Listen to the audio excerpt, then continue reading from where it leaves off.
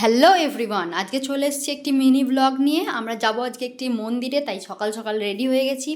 পরি এখনও ঘুম থেকে ওঠেনি, তো পরি ঘুম থেকে উঠলে ওকে রেডি করে আমরা বেরিয়ে যাব। তো পরিকে রেডি করে নিয়েছি, এখন আমরা বেরোবো। তো আমরা পৌঁছেই গেছি, আমাদের আর যাওয়ার ভিডিওটা শ্যুট করা হয়নি। তো মন্দিরে পৌঁছে গেছি, এসে দেখি মন্দির এখনও খোলেনি, সময় হয়ে গেছে, এক্ষুনি খুলবে। ততক্ষণ আমরা একটু ফটোশ্যুট করে নিচ্ছিলাম, আমি আর মেয়ে, এই আর কি। তো ওই যে সময় হয়ে গেছে, গেট খুলেও দিয়েছে আর পুজো শুরুও হয়ে গেছে। আমাদের পরীর ভিডিও কেমন লাগছে একটু কমেন্টসে জানিও, আর যদি ভালো লাগে একটা লাইক করে দিও, শেয়ার করো এবং সাবস্ক্রাইব করে পরীর পাশে থেকো। ওই দেখো বম্মাটা ডাকছে তোমায়।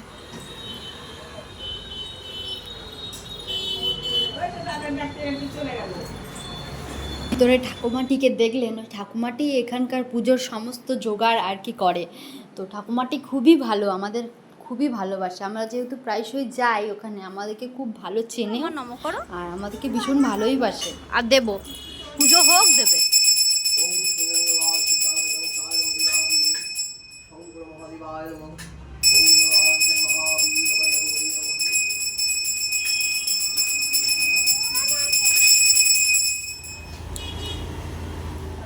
কি নিয়েছো তুমি? এটা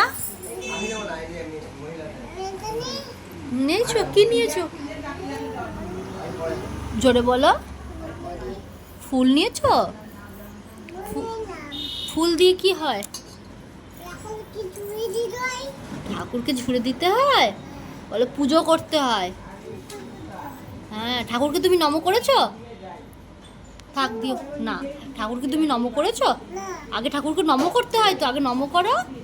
কি বলতে হয়? আর কি দেবে? বিদ্যা দাও, দুষ্টুমি বুদ্ধি কমাও। ওই দাদাইকে দিয়ে দাও, ওই টাকাটা দিয়ে দাও।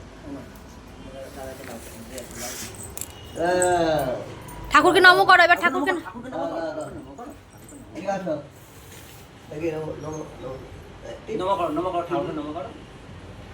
কি বলতে হয় ঠাকুরকে? কি বলতে হয়?